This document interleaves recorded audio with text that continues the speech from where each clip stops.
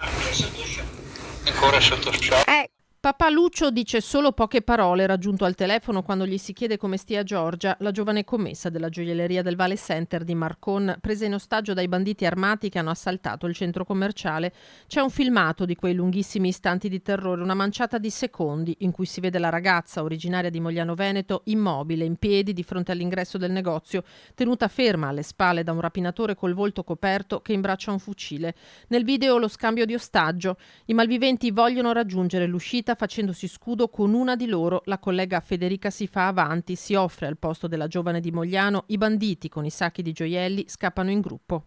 Giorgia si porta le mani al petto, rientra nella gioielleria. Di lì a poco anche la collega sarà lasciata libera dai banditi che, guadagnata l'uscita, si danno alla fuga.